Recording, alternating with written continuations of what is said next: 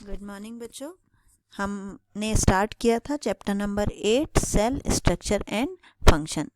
इस चैप्टर में हम पढ़ चुके थे इससे पहले कि सेल किस तरीके से डिस्कवर हुआ और सेल के क्या क्या किस किस टाइप से हम सेल को रिप्रेजेंट करते हैं। हमने पढ़ा discovery of cell Robert Hooke ने की थी by the slice of cork, और फिर उसके बाद हमने सेल को डिस्क्राइब किया। Cell is the basic structural unit of living organism. कुछ ऑर्गेनिज्म होते हैं जो सिंगल सेल्ड होते हैं, एक सेल से बने होते हैं, और कुछ बहुत सारी सेल से मिलके बने होते हैं। So these are known as multi cellular and unicellular organism. ठीक है, ये हम कल डिस्कस कर चुके हैं। फिर इसके बाद कल हमने डिस्कस किया था शेप ऑफ सेल, कि सेल जो है वो अलग अलग शेप्स की होती हैं जनरली। कुछ जो है वो अपने शेप्स को चेंज करती रहती हैं जैसे अमीबा, कुछ होती हैं जो स्पेरिकल होती हैं जैसे आरबीसी, कुछ इलोंगेटेड मीन्स लंबा, थोड़ा लंबी सी खिंची हुई होती हैं जैसे कि मसल सेल, और कुछ होती हैं जो बहुत लॉन्ग या ब्रांचेस होती हैं जैसे कि nerve cells. According to their function, जो भी उनका काम होता है उस काम के अकॉर्डिंग, उस फंक्शन के अकॉर्डिंग उनका शेप भी उसी तरीके से मैनेज होता है। ठीक है, तो जैसे नर्व सेल का काम है बहुत क्विक एक जगह से दूसरी जगह ट्रांसफ़र करना मैसेज, तो ये इसीलिए ब्रांच्ड होती हैं और लॉन्गेस्ट होती हैं। Longest cell is the nerve cell. इसी तरीके से मसल्स में जो है वो खिंचाव का काम होता है, कंट्रैक्शन रिलैक्सेशन का काम होता है, इसीलिए वो इलोंगेटेड होती हैं।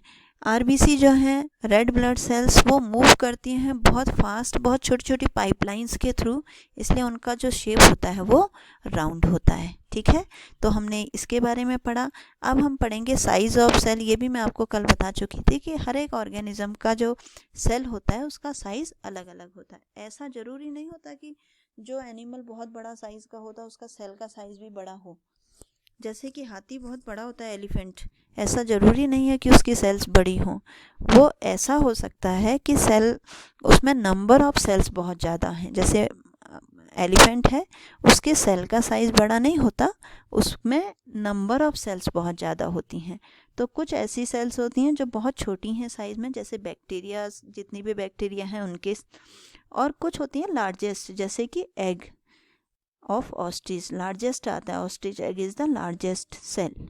ठीक है, लॉन्गेस्ट होता है नर्व सेल, लार्जेस्ट होता है ऑस्ट्रिच ऑफ एग।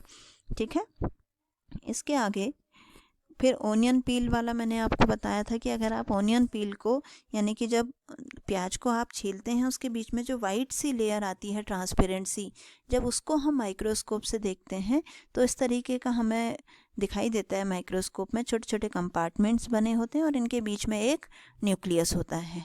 ठीक है, तो ये है आपका ओनियन पील। इसी तरीके से दूसरा ये ह्यूमन चीक्स का एग्जांपल लिया है। ह्यूमन चीक्स में जो सेल्स होती हैं इस तरीके से छोटे छोटे कंपार्टमेंट बने हुए हैं अलग अलग, और इनके बीच में एक डॉट लगा हुआ है, ये डॉट क्या है, न्यूक्लियस है। ठीक है, अब हम बात करते हैं सेल को डिटेल में पढ़ने की।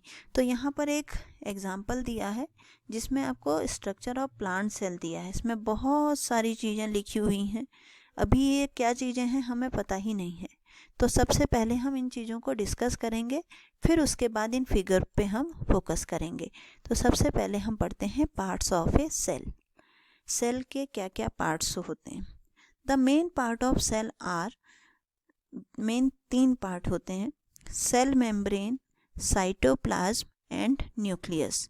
कोई भी जो सेल है उसके बेसिकली 3 पार्ट होते हैं। Cell membrane, outermost covering, cytoplasm, उसके अंदर का जो जेली लाइक सब्सटेंस होता है वो सेल साइटोप्लाज्म, और तीसरा होता है न्यूक्लियस, जो उसके अंदर एक हार्ड स्पेरिकल बॉडी होती है जिसको हम सेंटर भी कह सकते हैं, that is known as nucleus. तो इसको 1 बाय 1 पढ़ते हैं हम।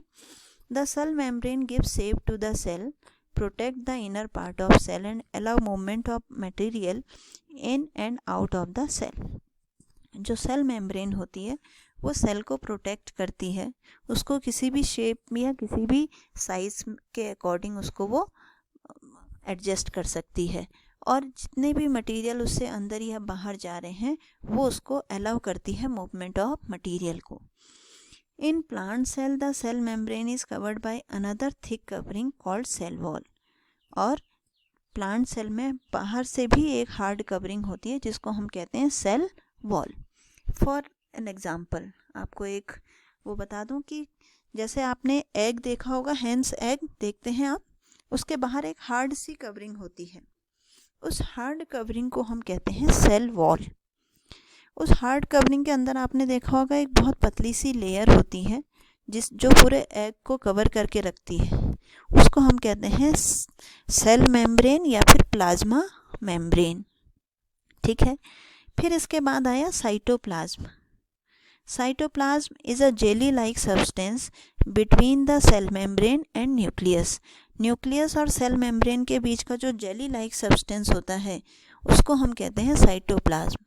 It contain other component mitochondria, Golgi body, ribosome, vacuole, जैसे बहुत सारे उसके अंदर बहुत सारे पार्ट्स होते हैं सेल के जिनको हम सेल ऑर्गेनेल्स कहते हैं। जैसे बॉडी के ऑर्गन होते हैं, सेल के ऑर्गेनेल्स होते हैं। ठीक है, तो जैसे आपका एग का मैं एग्जांपल दे रही हूँ, एग के अंदर जो जेली वाला पार्ट है उसमें कहते हैं प्रोटीन होता है बहुत, क्योंकि ये जितनी भी चीज़ें हैं माइटोकॉन्ड्रिया, गोल्जी बॉडी, राइबोसोम्स, ये उस प्रोटीन को बनाने में हेल्प करती हैं। ठीक, फिर तीसरा आता है the nucleus. Nucleus spherical body है जो कि सेंटर में जनरली होती है। इट हैज़ ए मेम्ब्रेन, उसके बाहर उसकी एक मेम्ब्रेन, न्यूक्लियस को जो बाहर से कवर करके रखती है उसको हम कहते हैं न्यूक्लियर मेम्ब्रेन, जिससे कि न्यूक्लियस के अंदर की चीज़ें बाहर ना जा सकें। और उसके अंदर भी एक बहुत छोटी सी स्पेरिकल बॉडी होती है जिसको कहा जाता है न्यूक्लियोलस, और उसी में कुछ थ्रेड लाइक के स्ट्रक्चर होते हैं। न्यूक्लियस के अंदर ही छोटे छोटे थ्रेड लाइक के स्ट्रक्चर होते हैं जिनको हम कहते हैं क्रोमोसोम्स।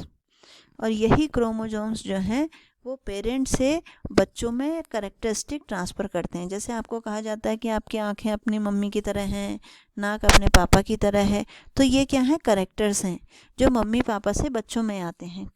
कैसे आते हैं, वो इन सेल्स के थ्रू आते हैं। सेल के अंदर जो न्यूक्लियस है, न्यूक्लियस के अंदर जो थ्रेड, ये क्रोमोसोम्स हैं, ये क्रोमोसोम्स पेरेंट से कैरेक्टर को बच्चों में ट्रांसफ़र करते हैं। ठीक है, अब देखो मैं एक बार पिछले फिगर में आपको यहाँ दिखा देती हूँ। जैसे ये है एक सेल, ठीक, ये बिल्कुल जो आउटर मोस्ट कवरिंग इसकी है, इसको क्या कहा है, देखो सेल मेम्ब्रेन। ठीक है, फिर इसके अंदर एक ये ब्लू सा कवर आपको दिख रहा है, इसको क्या कहा गया, न्यूक्लियस। ठीक, और इसकी जो आउटर कवरिंग है इसको कहा गया न्यूक्लियर मेम्ब्रेन। ठीक, और इसके बीच में जो ये पूरा लिक्विड वाला सब्सटेंस है इसको हम कह देते हैं साइटोप्लाज्म। बाकी जो चीज़ें लिखी हैं वो भी हम पढ़ेंगे अभी, लेकिन बाद में। और नेक्स्ट यहाँ पर एक देखो, कोई एक ही खाली सी चीज़ आपको दिखाई दे रही है, मतलब एम्प्टी है ये, वैक्यूल इसको हम कहते हैं, खाली पैकेट होते हैं ये। वैक्यूल क्या है, vacuole are blank looking structure in the cytoplasm. Plant cell में ये बड़े साइज़ के होते हैं और एनिमल सेल में ये छोटे साइज़ के होते हैं। Plant cell have several small coloured bodies. जो प्लांट सेल हैं उसमें कुछ स्मॉल कलर्ड बॉडीज़ होती हैं जिनको हम कहते हैं प्लास्टिड्स। ग्रीन कलर का जो पिगमेंट होता है उसे कहते हैं क्लोरोप्लास्ट। फॉर एग्जांपल देखो, ये है एनिमल सेल, इसमें क्या है, ये देखो सेल आपको बाहर से दिखाई दे रही है, ये सेल मेम्ब्रेन, बीच में आपको न्यूक्लियस दिखाई दे रहा है, और ये जो बीच में बाकी स्ट्रक्चर हैं इसमें से अभी हम किसकी बात कर रहे हैं, इसमें से हम बात कर रहे हैं प्लास्टिड्स की। ठीक, प्लास्टिड्स देखो कहाँ है, ढूंढो प्लास्टिड्स कहाँ है, दिखाई दे रहे हैं कहीं, कहाँ गए प्लास्टिड्स, ये इसमें तो प्लास्टिड्स कहीं नज़र नहीं आ रहे हैं, हम आगे वाली सेल में देखते हैं, यहाँ समझ में आएगा। ठीक, ये देखो ग्रीन कलर के जो पिगमेंट दिखाई दे रहे हैं इनको क्या कहा जाता है, इनको हम कहते हैं प्लास्टिड्स। ठीक है, और यही प्लास्टिड्स जो हैं ग्रीन कलर के जो होते हैं क्लोरोप्लास्ट, और इसी की हेल्प से क्या होता है, फोटोसिंथेसिस होता है। ठीक है बच्चों, तो आज आप ये पार्ट्स ऑफ सेल पूरा लिखेंगे। अभी और भी बाकी पार्ट्स हैं उनको हम कल पढ़ेंगे, लेकिन पहले हम कल कंपैरिजन करेंगे प्लांट सेल का और एनिमल सेल का। ठीक है बच्चों, थैंक यू।